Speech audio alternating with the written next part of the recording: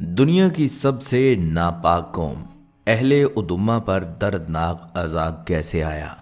بسم اللہ الرحمن الرحیم۔ السلام علیکم ناظرین گرامی، ایک خوفناک زمانہ، ایک ایسا زمانہ جب زمین پر فساد، ظلم اور گناہوں نے ہر حد پار کر دی تھی، اور اسی زمانے میں ایک خوفناک قوم اٹھی، دنیا کی سب سے ناپاک قوم، دنیا کی سب سے نافرمان قوم، دنیا کی سب سے گندی قوم، دنیا کی سب سے فحش قوم اور دنیا کی سب سے زیادہ سخت عذاب کی مستحق قوم، اہل ادما۔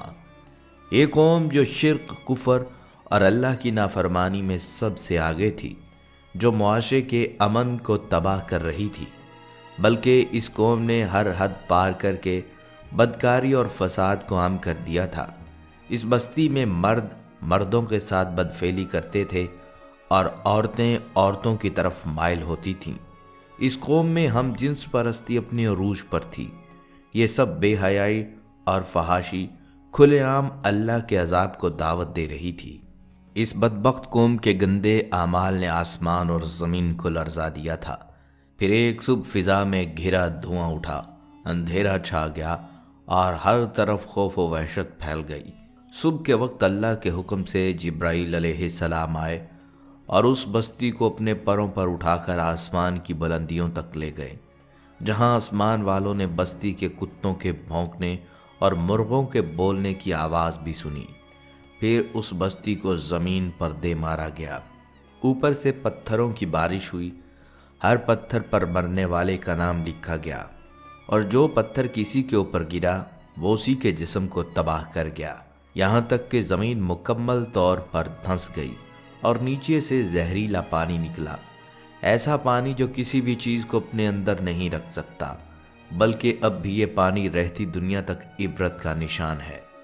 ناظرین، آج کی اس ویڈیو میں ہم اہل ادما کا وہ مکمل واقعہ آپ کے ساتھ شیئر کریں گے جو صدیوں سے عبرت کی ایک سیاہ مثال بن کر تاریخ کے صفحات میں زندہ ہے، اور ساتھ ہی ہم آپ کو اس اجڑی ہوئی بستی کے وہ ہولناک اور لرزا دینے والے مناظر بھی دکھائیں گے جو انسان کے وجود کو اندر تک ہلا دیتے ہیں، بلکہ ویڈیو میں ایک ایسا خوفناک مرحلہ بھی آپ جانیں گے جہاں یہ حقیقت کھل کر سامنے آتی ہے کہ دنیا کی سب سے فساد زدہ، نافرمان اور گندی قوم آخر کس انجام کو پہنچی۔ تو چلیے ناظرین، اس ہولناک واقعے کے اصل آغاز کی طرف بڑھتے ہیں۔ اہل ادما کا یہ قصہ تفاسیر میں یوں بیان ہوا ہے کہ سدوم کے آس پاس 5 خوبصورت شہر آباد تھے، جن میں سے ہر ایک کی آبادی 1,00,000 نفوس سے زیادہ تھی۔ یہ علاقے نہایت سرسبز و شاداب اور قدرت کی فیاضی کا حسین شاہکار تھے۔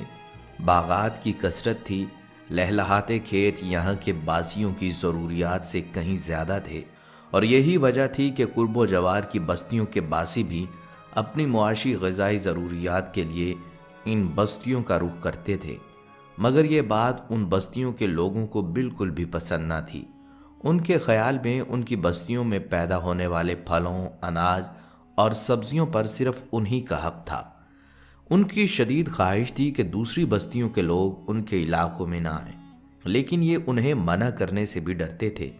جب کوئی قوم اللہ کی دی ہوئی نعمتوں کا شکر ادا کرنے کی بجائے غرور، تکبر اور عادات بد میں مبتلا ہو جائے تو ایسے لوگوں کے دل و دماغ پر شیطان قابض ہو جاتا ہے، اور پھر یہ ابلیس کے نقش قدم پر چلنے لگتے ہیں۔ لہٰذا ایک دن بستی کے لوگ باہر سے آنے والوں کو روکنے کے طریقہ کار پر غور و خوض کر رہے تھے کہ لاقیس بن ابلیس ایک بزرگ کی شکل میں ان کی محفل میں آیا اور کہا، اگر تم ان سے پیچھا چھڑانا چاہتے ہو تو میرے کہنے پر عمل کرو۔ اجنبی بزرگ کی یہ بات سب نے نہایت توجہ سے سنی اور طریقہ بتانے پر اصرار کیا۔ لاقیس بن ابلیس نے کہا، کل بتاؤں گا۔ دوسرے دن بدبخت لاقیس بن ابلیس خود ایک خوبصورت نوعمر لڑکے کے بھیس میں آیا اور انہیں اپنی عورتوں کی بجائے مردوں کے ساتھ فعل بد کرنا سکھایا۔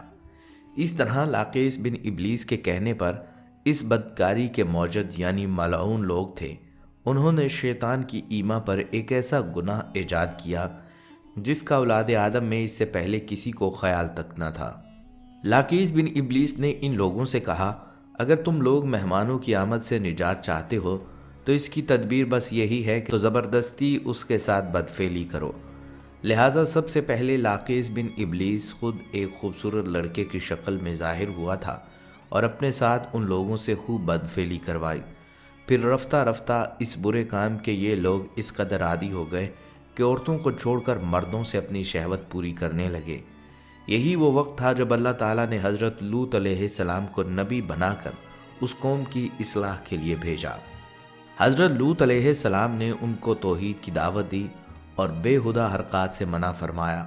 قرآن پاک میں اللہ تعالیٰ فرماتا ہے کہ لوط کو یاد کرو جب انہوں نے اپنی قوم سے کہا کہ تم بے حیائی کے کام کیوں کرتے ہو؟ کیا تم عورتوں کو چھوڑ کر لذت حاصل کرنے کے لیے مردوں کی طرف مائل ہوتے ہو؟ حقیقت یہ ہے کہ تم احمق لوگ ہو۔ ناظرین، حضرت لوط علیہ السلام اپنی قوم کی عادات بد کی وجہ سے بہت زیادہ فکر مند رہتے اور دن رات انہیں نصیحت و تبلیغ کرتے، لیکن قوم پر ان کا کوئی اثر نہ ہوا، بلکہ وہ مزید ڈھٹائی اور ہٹ دھرمی کے ساتھ فخریہ انداز میں یہ کام کرنے لگی۔ اس کے ساتھ ہی وہ حضرت لوط علیہ السلام کے ساتھ بھی سخت رویہ رکھتے اور ان کی باتوں کا مذاق اڑاتے۔ ارشاد باری تعالیٰ ہے، اور قوم لوط نے بھی پیغمبروں کو جھٹلایا جب ان سے ان کے بھائی لوط نے کہا کہ تم کیوں نہیں ڈرتے؟ میں تو تمہارا امانت دار پیغمبر ہوں، تو اللہ سے ڈرو اور میرا کہا مانو، اور میں تم سے اس کام کا بدلہ نہیں مانگتا، میرا بدلہ اللہ رب العالمین کے ذمے ہے۔ کیا تم اہل عالم میں سے لڑکوں پر مائل ہوتے ہو؟ اور تمہارے پروردگار نے جو تمہارے لیے بیویاں پیدا کی ہیں ان کو چھوڑ دیتے ہو؟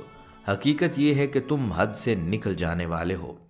اہل ادومہ کو حضرت لوط علیہ السلام کا سمجھانا برا لگا، لہٰذا انہوں نے صاف صاف کہہ دیا کہ تم اگر ہمیں اسی طرح برا کہتے رہے اور ہمارے کاموں میں مداخلت کرتے رہے تو ہم تم کو اپنے شہر سے نکال دیں گے۔ قرآن پاک میں ہے، وہ کہنے لگے اے لوط، اگر تم باز نہ ہوگے تو ہم تم کو شہر بدر کر دیں گے۔ حضرت لوط علیہ السلام مایوس ہونے کی بجائے قوم کو راہ راست پر لانے کی جد و جہد میں مصروف رہے، لیکن وہاں تو کیفیت یہ تھی کہ مرض بڑھتا گیا جوں جوں دوا کی، یعنی جتنا حضرت لوط علیہ السلام انہیں اللہ کے عذاب سے ڈراتے وہ اتنا ہی ان کا تمسخر اڑاتے، اور پھر ایک دن انہوں نے خود ہی عذاب الہی کا مطالبہ کر دیا۔ اللہ تعالیٰ نے انہیں اب تک دردناک عذاب سے محفوظ رکھا تھا، اور بدترین فحاشی اور بدکاری کے باوجود انہیں ڈھیل دی جا رہی تھی، لیکن اب انہوں نے خود ہی عذاب کی فرمائش کر دی اور بولے اے لوط، اگر تم سچے ہو تو ہم پر عذاب لے آؤ۔ قوم کے اس مطالبے کے بعد حضرت لوط علیہ السلام کو یقین ہو گیا کہ اللہ تعالیٰ نے ان کے دلوں پر مہر ثبت کر دی ہے اور یہ اب راہ راست پر آنے والے نہیں، لہٰذا حضرت لوط علیہ السلام نے نہایت بے بسی کے عالم میں اللہ کے سامنے ہاتھ پھیلا دیے اور دعا کی، اے میرے پروردگار، ان مفسد لوگوں کے مقابلے میں میری نصرت فرما۔ پھر اللہ تعالیٰ نے اپنے نبی کی دعا قبول فرمائی اور اپنے خاص فرشتوں کو دنیا کی طرف روانہ کر دیا۔ یہ فرشتے پہلے حضرت ابراہیم علیہ السلام کے پاس انسانی شکل میں تشریف لائے۔ جب وہ فرشتے ان کے پاس آئے تو سلام کیا، انہوں نے بھی جواب میں سلام کہا۔ حضرت ابراہیم علیہ السلام نے دیکھا کہ یہ تو انجان لوگ ہیں، تو انہوں نے مہمان نوازی کے تقاضوں کے پیش نظر انہیں عزت و احترام سے بٹھایا، پھر ان کے لیے گھر سے ایک بھنا ہوا موٹا بچڑا لائے اور کھانے کے لیے ان کے آگے رکھ دیا، لیکن انہوں نے کھانے کو ہاتھ نہیں لگایا، جس پر حضرت ابراہیم علیہ السلام نے ان سے استفسار کیا کہ وہ کھانا کیوں نہیں کھاتے۔ اس موقع پر حضرت ابراہیم علیہ السلام کے دل میں کچھ خوف بھی پیدا ہوا۔ فرشتوں نے حضرت ابراہیم علیہ السلام کے چہرے پر خوف کے آثار دیکھے تو کہا، آپ ہم سے خوف نہ کھائیے، ہم آپ علیہ السلام کو ایک دانش مند بیٹے کی بشارت دینے آئے ہیں۔ حضرت ابراہیم علیہ السلام نے ان سے کہا، اے اللہ کے بھیجے ہوئے فرشتوں، اس کے علاوہ تمہارا اور کیا مقصد ہے؟ انہوں نے کہا، ہم گنہگار قوم کی طرف بھیجے گئے ہیں تاکہ ان پر مٹی کے کنکر برسائیں جو تمہارے رب کی طرف سے ان حد سے گزر جانے والوں کے لیے نشان زدہ ہیں۔ دراصل حضرت ابراہیم علیہ السلام اس لیے فکر مند ہو گئے تھے کہ فرشتے جس بستی کی جانب جا رہے تھے وہاں حضرت لوط علیہ السلام بھی رہتے تھے، قرآن پاک میں ارشاد باری تعالیٰ ہے، حضرت ابراہیم علیہ السلام نے کہا کہ اس میں تو لوط بھی ہیں۔ وہ کہنے لگے کہ جو لوگ یہاں رہتے ہیں ہمیں سب معلوم ہے، ہم ان کو اور ان کے گھر والوں کو بچا لیں گے، بجز ان کی بیوی کے کہ وہ پیچھے رہنے والوں میں ہوگی۔ حضرت ابراہیم علیہ السلام کا ڈر اور خوف ختم ہو چکا تھا، لیکن انہیں علم تھا کہ اللہ کا عذاب قوموں کو نیست و نابود کر دیتا ہے، اور حضرت ابراہیم علیہ السلام نہایت رحم دل اور رقیق القلب تھے۔ چنانچہ انہوں نے فرشتوں سے قوم لوط علیہ السلام کے بارے میں پھر استفسار کیا، جسے اللہ تعالیٰ نے یوں بیان فرمایا: جب ابراہیم علیہ السلام کا ڈر اور خوف جاتا رہا اور انہیں خوشخبری بھی مل گئی تو وہ قوم لوط کے بارے میں بحث کرنے لگے۔ بے شک ابراہیم علیہ السلام بردبار، نرم دل اور اللہ کی طرف رجوع کرنے والا تھا۔ اس پر فرشتوں نے فرمایا: اے ابراہیم علیہ السلام، اس خیال کو چھوڑ دیجئے، آپ علیہ السلام کے رب کا حکم ان تک پہنچا ہے اور ان لوگوں پر کبھی نہ ٹلنے والا عذاب آنے والا ہے۔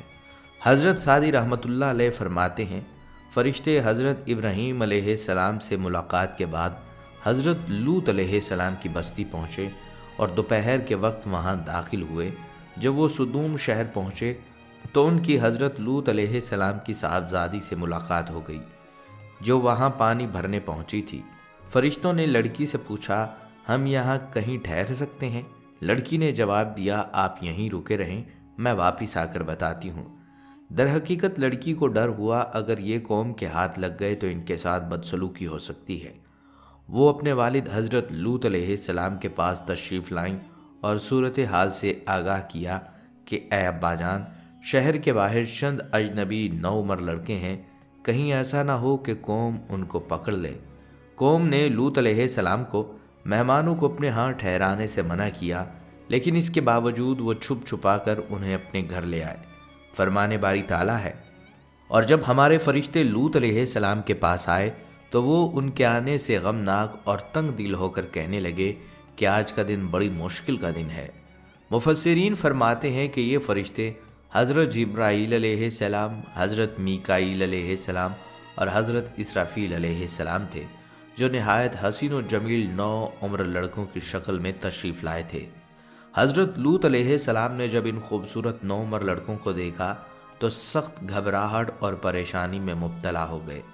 انہیں اپنی قوم کی عادات قبیح کے بارے میں پیش نظر خطرہ تھا کہ نہ جانے قوم ان کے ساتھ کیا سلوک کرے۔ حضرت لوط کی بیوی کافروں سے ملی ہوئی تھی، سو اس نے نو عمر لڑکوں کی گھر میں موجودگی کا راز فاش کر دیا۔ یہ سن کر بستی والے دوڑتے ہوئے حضرت لوط علیہ السلام کے گھر پہنچے۔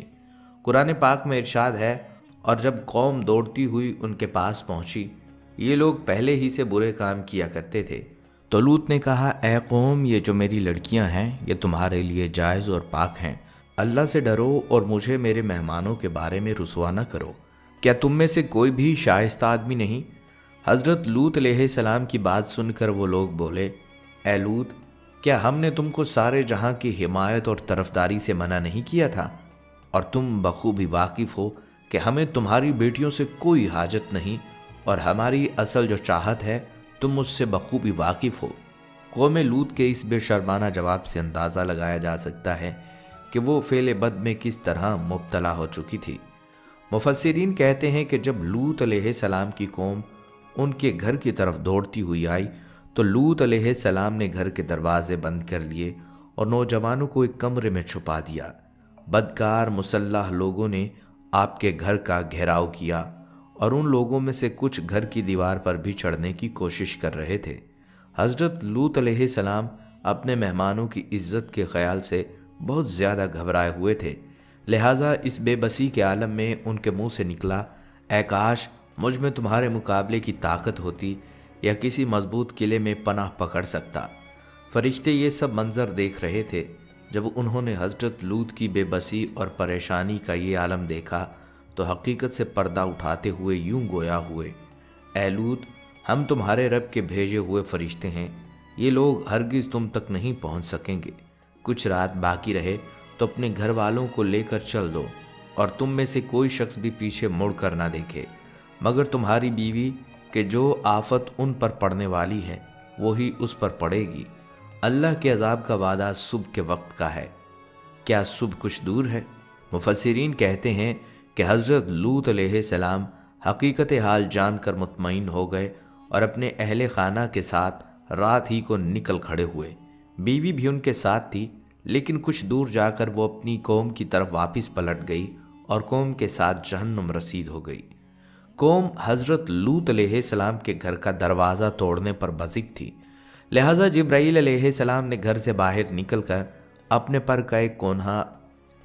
کا ایک کونا انہیں مارا، جس سے ان سب کی آنکھوں کے ڈھیلے باہر نکل آئے اور بصارت زائل ہو گئی۔ یہ خاص عذاب ان لوگوں کو پہنچا جو لوط علیہ السلام کے پاس بدنیتی سے آئے تھے۔ صبح عذاب عام میں پوری قوم تباہ ہو گئی۔ قرآن کریم میں ارشاد ہے، اور انہوں نے لوط علیہ السلام سے ان کے مہمانوں کو لینا چاہا تو ہم نے ان کی آنکھیں اندھی کر دیں۔ ابھی صبح کا آغاز ہونے ہی والا تھا کہ اللہ تعالیٰ نے حکم دی کہ اللہ تعالیٰ کے حکم سے حضرت جبرائیل علیہ السلام نے بستی کو اپنے پر سے اکھیڑا اور اپنے بازو پر رکھ کر آسمان پر چڑھ گئے، حتیٰ کہ آسمان والوں نے بستی کے کتوں کے بھونکنے اور مرغوں کے بولنے کی آوازیں سنی۔ پھر اس بستی کو زمین پر دے مارا، جس کے بعد ان پر پتھروں کی بارش ہوئی۔ ہر پتھر پر مرنے والے کا نام لکھا ہوا تھا۔ جب یہ پتھر ان کو لگتے تو سر پاش پاش ہو جاتے۔ صبح سویر شروع ہونے والا یہ عذاب اشراق تک پوری بستی کو نیست و نابود کر چکا تھا۔ اگر کوئی بستی سے باہر تھا تو اسے وہ پتھر اسی جگہ جا لگا جہاں وہ تھا۔ قرآن مجید میں اللہ پاک نے ارشاد فرمایا، پھر جب ہمارا حکم پہنچا تو ہم نے وہ بستیاں الٹ دیں اور اس زمین پر کھنگر کے پتھر برسانا شروع کیے جو لگاتار گر رہے تھے، جن پر تمہارے رب کی طرف سے خاص نشان بھی تھے، اور وہ ظالموں سے کچھ دور نہیں۔